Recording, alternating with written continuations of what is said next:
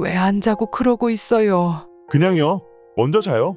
저는 자령씨 자는 거 보고 잘게요. 그는 항상 저를 빤히 지켜보며 제가 잠들기만을 기다렸어요. 한 달 내내 그러니 저는 이제 매일 밤마다 미칠 것 같았죠. 물론 따져도 봤지만 그럴 때마다 그는 자령씨 먼저 잠들기 전엔 제가 잠이 안 오는데 어떡해요? 이대로는 안 되겠다 싶었던 제가 잠든 척을 했더니 자령씨, 왜 안 자면서 자는 척해요? 저는 몸이 얼어붙은 채 더더욱 혼신의 힘을 다해 자는 척을 했죠. 그러자 그는 작은 목소리로 진짜 자나 보네. 하더니 조심스럽게 일어나 거실로 향하는 것이 아니겠어요. 저는 직감했어요. 이 남자 정상이 아니다. 분명 뭔가가 있다.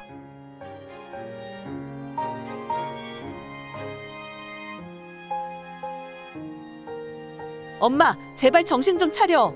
아니, 25살 어린 남자와 뭐, 사랑? 지나가던 걔가 웃겠다. 뭐라고? 그 말 당장 취소해?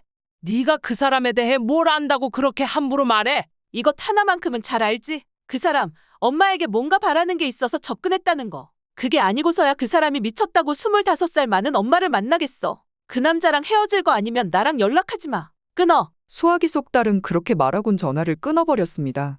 저는 너무 속상했어요. 남편과 사별한 지 30년. 저도 여자인데 외로울 수도 있는 거 아닌가요? 아참, 제 소개를 먼저 드리자면 저는 71세 구자령이라고 해요. 그래요. 71세에 분명 적은 나이는 아니죠. 그러나 나이 들었다고 누군가를 사랑할 자격조차 없는 건가요? 자령씨, 너무 신경 쓰지 마요. 사실 이미 다 각오했던 것들이잖아요. 세상이 뭐라 하든 자령씨와 제가 사랑한다는 사실. 그게 제일 중요하니까 다른 것에 휘둘릴 필요 없어요. 저도 자령씨를 위해 기도해드릴게요. 딸과 있었던 일을 그이에게 털어놓자 그이는 저를 따뜻하게 위로해 주었습니다. 그 다정함에 제 마음은 다시 한번 녹아내리는 것 같았지요. 그와의 첫 만남은 길거리에서 시작됐었어요. 안녕하세요. 혹시 잠깐 1분만 시간 내주실 수 있으실까요? 길을 걷던 중 웬 낯선 목소리를 따라 고개를 돌려보니 40대 중반쯤 되어 보이는 여자와 남자가 저를 바라보며 웃고 있었어요. 네? 뭐 때문에 그러시죠? 아, 저희는 뭐 이상한 사람은 아니고요. 이런 일 하고 있어요. 그들이 내민 명함에는 진정한 행복을 찾는 법을 알려드려요. 라고 큼지막하게 써 있었습니다. 이게 대체 뭔가요? 사실 다름이 아니고요. 지나가다 뵀는데 얼굴에 너무 근심 걱정이 많아 보이셔서. 그래서 도와드리고 싶어서 말을 걸었어요. 뭐가 그리 걱정이 되시는 걸까요? 네? 아니, 저 그런 거 없는데요. 저는 당황해서 대답했고 그러자 옆에 있던 그가 끼어들며 제게 말했어요. 잠깐 실례하겠습니다. 제가 봐도 선생님 얼굴이 너무 뭐라 해야 하나 쓸쓸해 보이세요. 그동안 많이 힘드셨겠어요. 그 남자의 부드러운 음성에 저는 그만 눈물이 울컥했어요. 아니, 생각해보니 좀 외로웠던 것 같기도 해요. 남편은 사별한 지 30년 됐고 힘들게 애지중지 키운 딸은 이제 시집 가더니 연락도 뜸하고요. 또 그리고 저는 묻지도 않은 내용까지 주절주절 떠들며 10분이 넘게 속에 쌓인 내용들을 개원했어요. 저도 놀랐어요. 저는 제 현재의 삶에 만족하며 살고 있다고 생각했는데 제 안에 묵은 불만들이 이렇게 많았을 줄이야. 자랑은 아니지만 저도 한때는 꽃다운 때가 있었고 그때 제 용모는 나름 알아주는 편이었어요. 저를 갈구하는 남자들의 눈빛과 관심을 받는 게 익숙했었죠. 그러나 꽃처럼 아름다웠던 제가 나이를 먹으면서 시들고 나자 누구나 그렇듯 당연히 아무도 제겐 관심이 없었어요. 그래서 그랬을까요? 제 마음을 헤아려준 그 남자의 그 부드러운 음성이, 그 관심 어린 눈빛이, 그 따뜻한 미소가 모든 것이 제 마음을 관통했어요. 그렇게 저는 그만 그 남자에게 마음의 문을 활짝 열어버리고 말았습니다. 그들은 추운 날씨일 텐데도 제 말을 경청해 준 뒤 그런 고민들을 싹 다 해결하고 행복해지는 법을 알려주겠다고 했어요.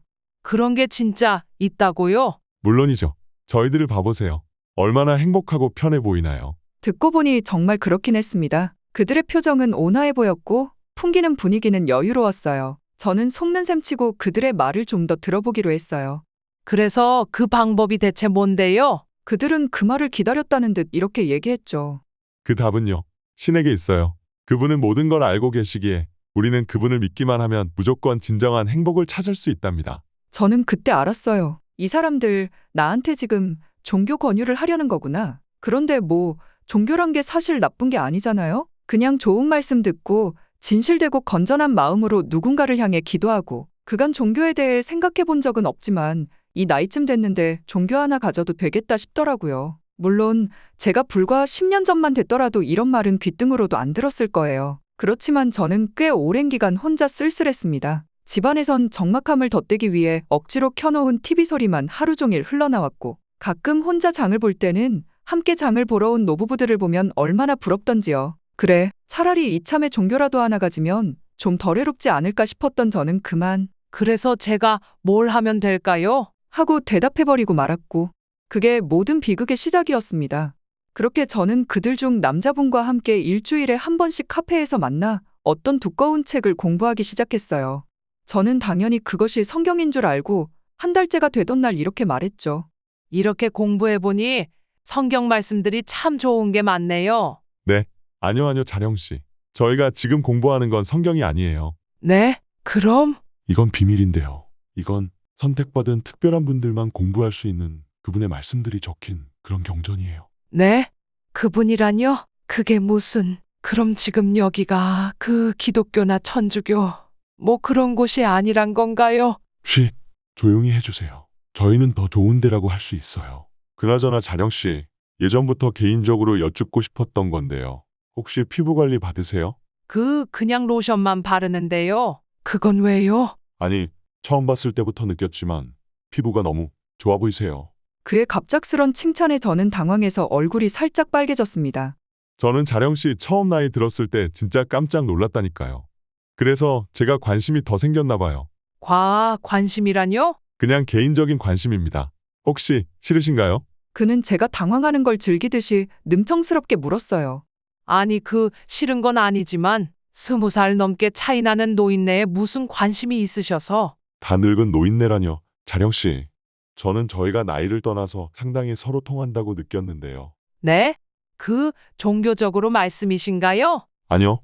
종교적인 것도 포함해서 그 외에 다른 것들도 전부요. 지금 생각하면 그가 대체 저에 대해서 뭘 안다고 그런 말을 했을까 싶었지만, 그때의 저는 비록 그의 달콤한 말이 사탕 발림일 수도 있지만 아무렴 상관없다고 느낄 만큼 이미 제정신이 아니었어요. 자령 씨, 그가 진지하게 말했어요. 저는 자령 씨를 조금 더 알아가 보고 싶어요. 한 명의 신도로서의 자령 씨가 아닌 자령 씨란 그 사람 자체를요. 저는 그 말을 듣고 가슴이 미친 듯이 쿵쾅거리기 시작했어요. 이런 설렘을 느껴본 지가 몇십 년 만인지 제 가슴은 이미 소녀 때로 돌아가 있었죠. 그래서 저는 그에게 말하고 말았습니다. 저도 좋아요. 그렇게 저희는 정식으로 교제하는 사이가 됐답니다. 알고 있어요. 이 선택으로 인해 많은 사람들이 저희를 욕할 것이라는 걸. 그렇지만 저희는 단순히 나이차가 많이 나는 연인이기 이전에 세상에서 제일 잘 통하는 가장 친한 친구였어요. 한 달간 그를 만나면서 저는 그와 통하는 점이 참 많다는 것을 알게 되었거든요. 책을 좋아하는 점도, 그 책을 읽고 향유하는 관점도, 음식 취향도 그는 마치 제게 꼭 맞춘 사람인 것처럼 모든 게 잘 들어맞았어요. 솔직히 말하자면 내심 뿌듯하기도 했어요. 나 아직 죽지 않았구나 하는 생각도 조금이지만 들었죠. 그렇다고 세상 사람들에게 우리의 정식 교제를 공공연히 얘기하고 다닐 수는 없었습니다. 그래서 저는 이 기쁜 소식을 하나밖에 없는 딸에게 말했죠.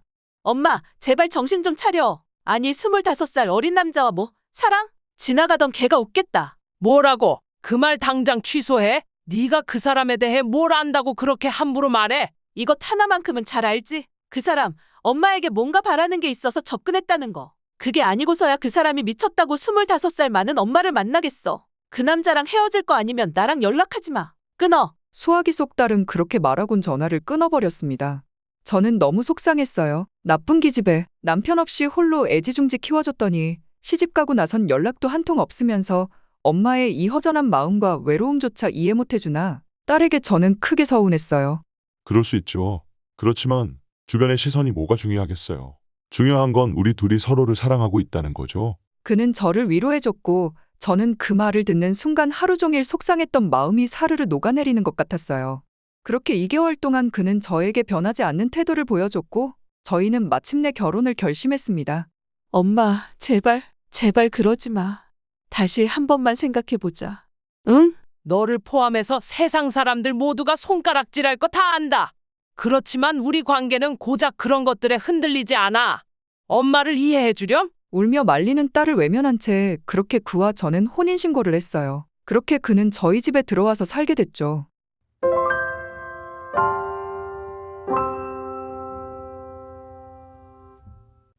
그런데 이게 무슨 일일까요? 그를 집에 들인 지 일주일 차. 저는 뭔가 이상함을 느끼기 시작했어요. 우선 그는 틈틈이 저에게 얼만큼 그분을 믿냐고 물었어요. 그분이란 이제껏 공부했던 종교의 교주님을 말했어요. 기훈 씨, 솔직히 말씀드리자면 전 아직 잘 모르겠어요. 일단 저희가 지금 공부하고 있는 종교 이름부터 좀 알려주실래요? 그렇게 말하고 기훈 씨를 본 저는 깜짝 놀라고 말았습니다. 기훈 씨? 기훈 씨는 얼굴이 시뻘개진 채 생전 처음 보는 표정으로 씩씩거리고 있었습니다. 그 모습에선 평소 다정다감했던 기훈 씨의 친절함이라곤 전혀 찾아볼 수 없었죠. 그게 뭐가 중요해요? 솔직히 조금 실망했어요, 자령 씨. 저에게 소중한 종교면 자령 씨 또한 소중히 여겨줄 것이라고 기대했거든요. 아니, 그런 뜻으로 한 말은 아니었어요. 다만 제가 지금 공부하고 있는 종교 이름이 뭔지가 궁금했을 뿐이에요. 기분 나빴다면 미안해요. 말씀드렸잖아요. 저희는 그런 속세의 종교와는 다른 거라고. 그분의 가르침을 세상이 자기들 멋대로 지은 종교명을 통해 정의하려는 것 자체가 너무나도 불경한 거라고. 저희는 종교 이름이 따로 존재하지 않아요.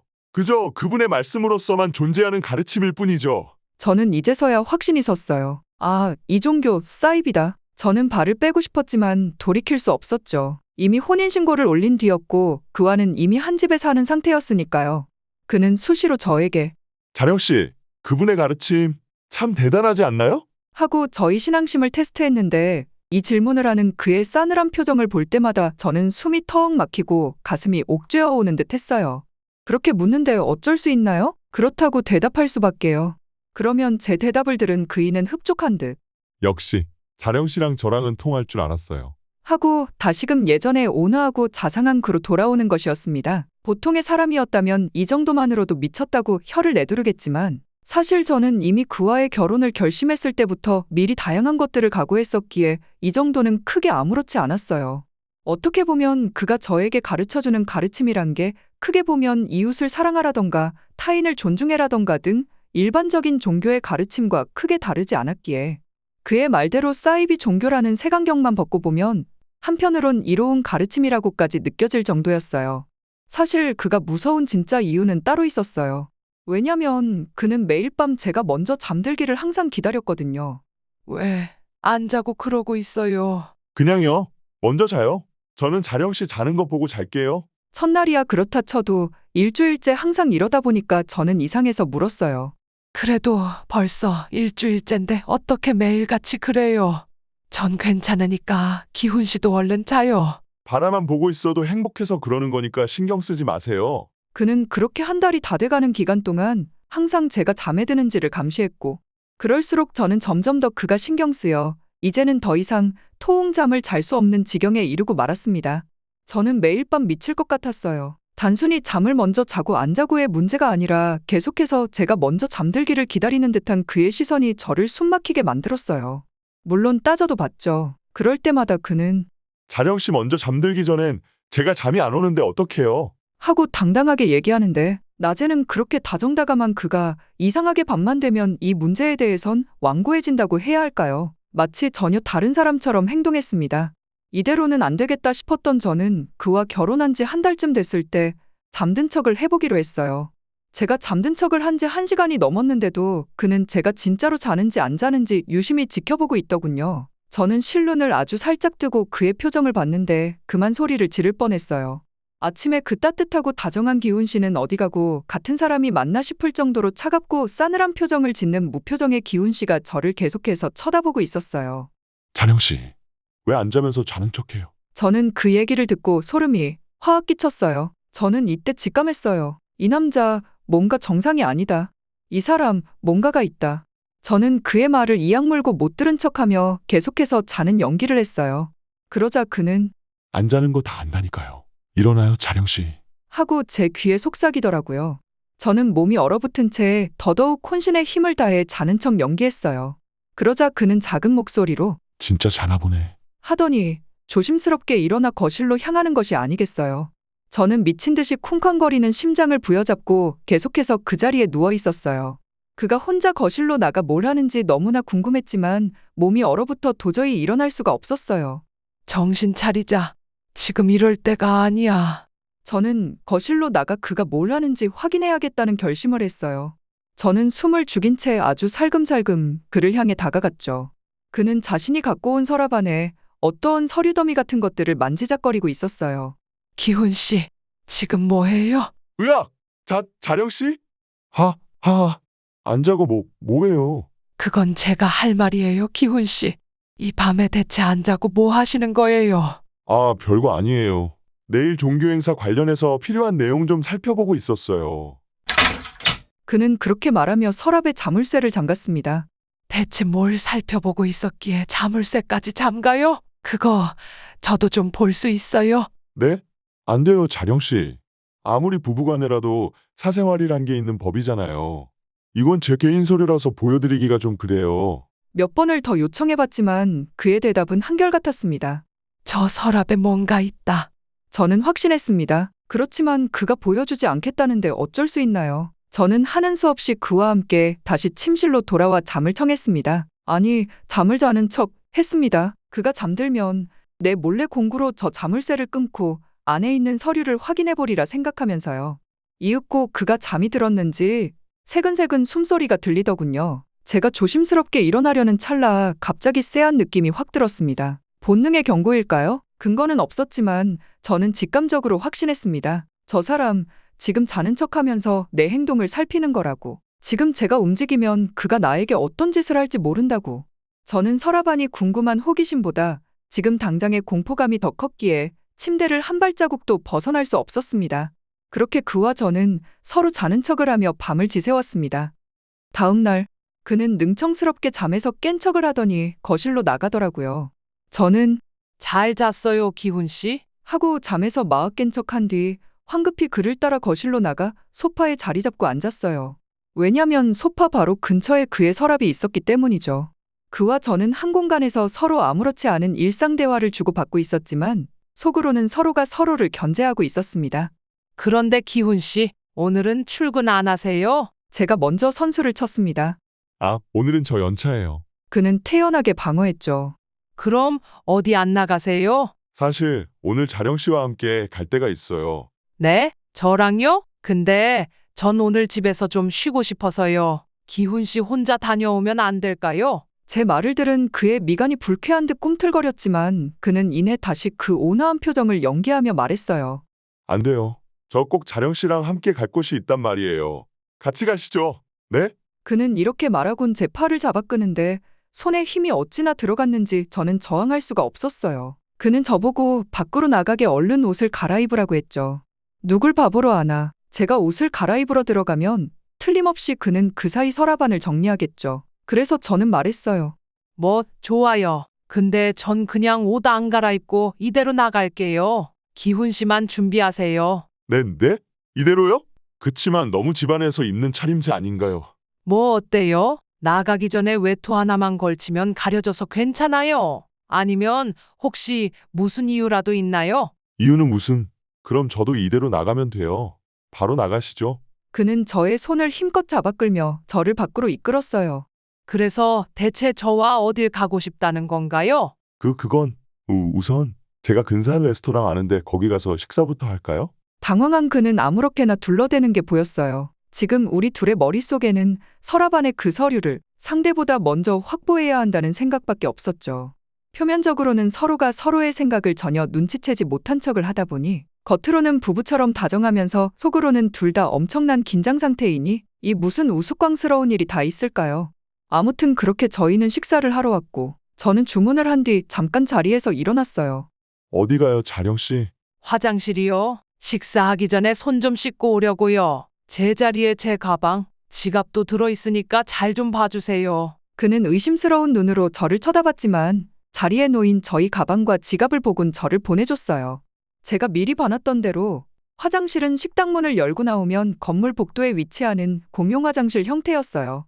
제가 화장실로 향하는 동안 그의 시선이 저희 뒤통수를 쫓아다닌다는 것이 느껴졌어요. 그러나 그의 시선이 닿지 않는 그 지점에 오자마자 저는 서둘러 비상구 계단을 통해 건물 밖으로 나갔어요. 그가 제가 사라진 것을 눈치채는 것은 이제 시간 문제일 거예요. 저는 뒤돌아보지 않고 헐레벌떡 건물 밖으로 달려나오며 택시! 여기요! 여기! 하고 외쳤어요. 어디로 모실까요? 대추 아파트 101동 앞으로 당장 빨리 가주세요. 당장요? 거 할머니 뭐 가스불이라도 켜고 오셨나? 알겠어요. 그때 그에게서 전화가 왔어요. 택시를 탄 지 1분도 안 됐을 때였어요. 저는 당연히 받지 않았죠. 그에게서 또 전화가 왔습니다. 저는 역시나 전화를 받지 않았죠.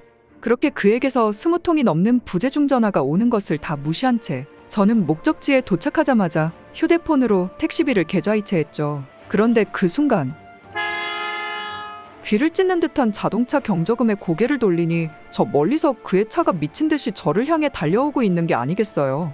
저는 헐레벌떡 엘리베이터를 향해 뛰어갔어요.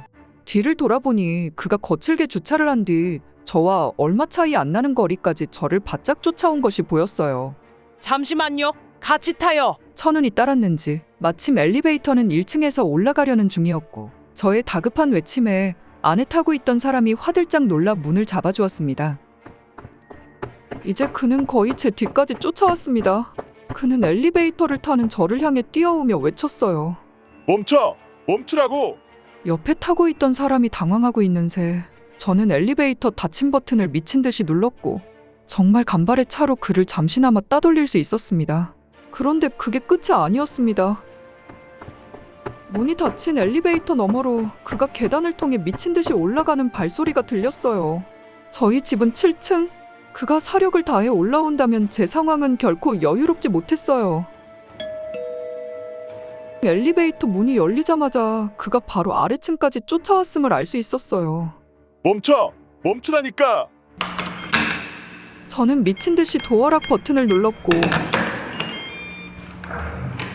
간발의 차이로 집에 들어와 바로 걸쇠를 걸어 문을 잠궜습니다. 저의 심장은 미친 듯이 쿵쾅거렸고 손은 이미 덜덜 떨리고 있었지만 놀란 가슴을 진정시킬 시간은 없었습니다. 그가 곧바로 문을 열었거든요. 뭐야, 걸쇠? 야, 당장 이 문 열지 못해? 문 열라고! 그는 걸쇠로 잠긴 문을 미친 듯이 흔들었지만 문은 꼼짝도 하지 않았습니다. 저는 곧바로 공구를 가져와 서랍에 자물쇠를 절단했죠. 그리고 그 안에 있는 서류를 확인한 저는 놀라움을 금치 못했어요. 뭐야 이게? 처음 집어든 서류를 펼쳐보자 그 안에는 제가 서명한 적도 없는 계약서에 저희 집을 담보로 3억을 대출받겠다는 내용이 적혀 있었습니다. 그럴싸하게 위조된 제 서명과 인감도장과 함께 말이죠. 그뿐만이 아니었습니다. 제가 죽으면 제 유산을 남편에게 최대한도로 상속한다는 유언장 그를 뒷받침하기 위한 공증서류, 마지막으로 수혜자 백이훈이라는 글씨가 떡하니 써진 제 이름으로 가입된 사망보험 서류까지 있었죠. 이것 하나만큼은 잘 알지? 그 사람 엄마에게 뭔가 바라는 게 있어서 접근했다는 거. 그게 아니고서야 그 사람이 미쳤다고 25살 많은 엄마를 만나겠어. 딸이 해줬던 말이 떠올랐습니다. 뭐? 그 말 당장 취소해. 네가 그 사람에 대해 뭘 안다고 그렇게 함부로 말해? 제가 딸에게 했던 말도 떠올랐죠. 그제서야 저는 제 자신이 너무나 창피하고 부끄러웠습니다. 딸의 말이 전부 맞았습니다. 만난 지 얼마 되지도 않는 25살 어린 남자가 갑자기 저를 운명처럼 사랑한다니요. 무언가 불순한 의도가 끼지 않는 이상 현실에 있기 힘들죠. 주변에서 보면 전부 보이는데 제가 한순간 외로움에 속아 현실을 외면했나 봅니다. 이제껏 얼마나 단단히 착각하고 산 건가 싶어 얼굴이 화끈거렸습니다. 저는 일단 이 서류를 집안 찾기 힘든 곳에 숨겼어요. 그리고 그제서야 뭔가 이상함을 느꼈죠. 그리고 보니 아까 그 사람, 아니 그놈은 대체 어디 갔길래 5분이 넘도록 이렇게 잠잠한 걸까요? 이런 생각을 한 찰나 저는 현관에서 나는 소리를 듣곤 으악하고 소리를 지르고 말았어요. 그렇습니다. 그놈은 그 새 차에서 절단기를 가져와 현관문에 걸린 걸쇠를 끊어버린 거였습니다. 그놈은 문을 벌컥 열고 성큼성큼 제게 걸어와 제 입을 막았어요. 살려주세요. 조용히 해. 너 다 봤지? 다 봐버린 거지. 그렇지? 그의 눈에는 이미 광기가 서려 있었습니다. 저는 미친 듯이 고개를 저으며 발뺌을 했지만 그놈은 서랍 속 서류가 사라진 것을 확인하더니 살기 어린 눈빛으로 저를 쳐다보았어요. 서류 어디 갔어? 저는 모른다는 식으로 고개를 미친 듯이 저었어요. 그놈은 제 고개짓을 보곤 이성의 끈을 잃었는지 손을 머리 위로 번쩍 들어 저를 때리려고 했어요. 그때 멈추세요. 경찰입니다. 뭐? 경찰? 경찰이 여긴 왜? 백이훈 씨, 신고 내용과 현재 정황을 보니 강요 및 협박 혐의로 지금같이 서로 동행해 주셔야겠습니다. 대체 어떻게 경찰이 올 수 있었냐고요? 이런 일을 대비해 저는 택시 안에서 그리고 엘리베이터 안에서 112에 문자로 신고를 했었습니다. 저희 집 주소와 함께 현재 남편 백이훈으로부터 위협을 받고 있고 신변이 위험하다는 내용을 적어 신고했죠. 아니, 무슨 소리예요? 하하, 경찰 선생님들, 뭔가 오해가 있으신 모양인데, 저희 부부예요. 부부끼리 말다툼이 좀 커져서 오해하신 모양인데, 죄송해요. 그렇지만 협박이라뇨. 저 아직까지 아무 짓도 안 했습니다. 아, 그리고 경찰이면 영장 없이 이렇게 체포해도 돼요. 신고 내용과 정황을 봤을 때 할머니, 아니 아내분께선 지금 극도의 공포를 느끼고 계신 것 같습니다. 이런 경우 피해자 보호 조치가 필요하니까 나머지 얘기는 서해 가서 하시고 떳떳하시다면 일단 순순히 협조해 주시죠. 백이훈 씨. 단호한 경찰의 마음을 돌릴 방법이 없다고 생각한 그는 대뜸 저를 보며 다시금 얼굴에 그 가식적인 미소를 띤 채 말했어요. 자, 자령씨, 뭐라고 말 좀 해줘요. 저 아직 아무 짓도 안 했잖아요. 저는 너무나 공포에 질린 나머지 목소리가 나오지 않았어요. 경찰은 그런 저희 반응을 보더니 역시나 하는 표정으로 그놈을 연행해 갔죠. 자, 자령씨, 우리 사랑하는 사이잖아요. 그리고 우리 같이 그분을 섬기는 깨우친 사람들이잖아요. 뭐라고 얘기 좀 해줘봐요. 자령씨? 그렇게 그놈은 끌려갔고 긴장이 풀려버린 저는 그만 다리가 풀려 그 자리에 주저앉아 목 놓아 엉엉 울고 말았습니다. 그는 유치장에 임시구금되었어요. 뭐야? 경찰이면 다야?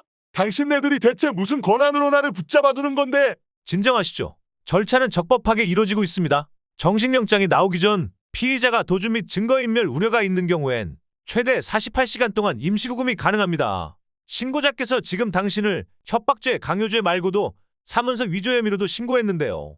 신고자가 증거로 제출한 위조 문서를 보면 백이훈 씨의 혐의는 상당히 짙습니다.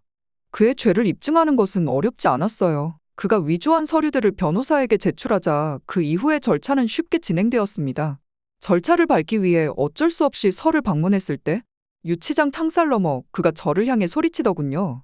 자령씨, 당신이 어떻게 날 배신할 수 있어? 배신?